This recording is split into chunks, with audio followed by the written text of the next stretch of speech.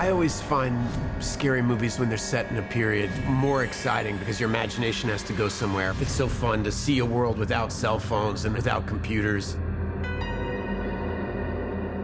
The whole meaning of production design is to create an atmosphere in which the events take place. And then another aspect is to create a specific kind of understanding of the characters. Patty Podesta was our art director, and she made this entire world feel lived in, and as a result, it really kind of nailed home what it was like growing up in the 70s. The 70s in Denver. Scott lived there as a boy, and a lot of the particularities of the set design and the story come from his memories of it.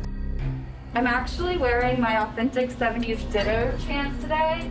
70s is kind of like my vibe anyways, and so for me, it's just kind of like living my dream costume world. The clothes are really cool. I like the jeans because it makes me feel taller. The 1970s, it's just a cool time. You had to have lots of fabulous hair. 70s hairstyles, especially like we're in 78, so it's more fluffy, it's more lived in, it's not that kind of like stringy, grimy, like 60s kind of feeling. And we have such great characters that we can develop such great hairstyles around. Like with Gwen, we really focus on braids that she can do herself. You don't think they're gonna find them, do you? Not how they want to. Vinny's got a nice little shag moment going on, so it's a lot of fun shapes and textures that we're seeing. I would describe the overall aesthetic of the film as kind of a heightened naturalism. So it's grounded, but we pick moments to kind of elevate. You know, I wouldn't say it's hyper stylized, but we definitely try to give it an edge to create, you know, kind of a dynamic visual experience.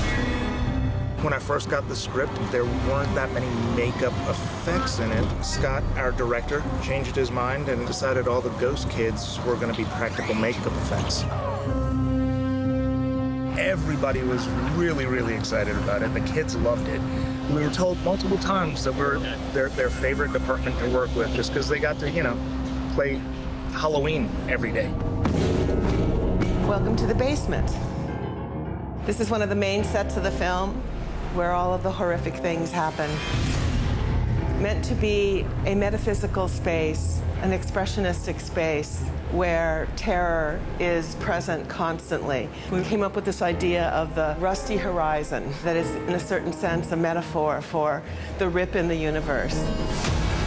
When I first saw it, I was like, I'm excited to be kidnapped by Ethan Hawke in this basement.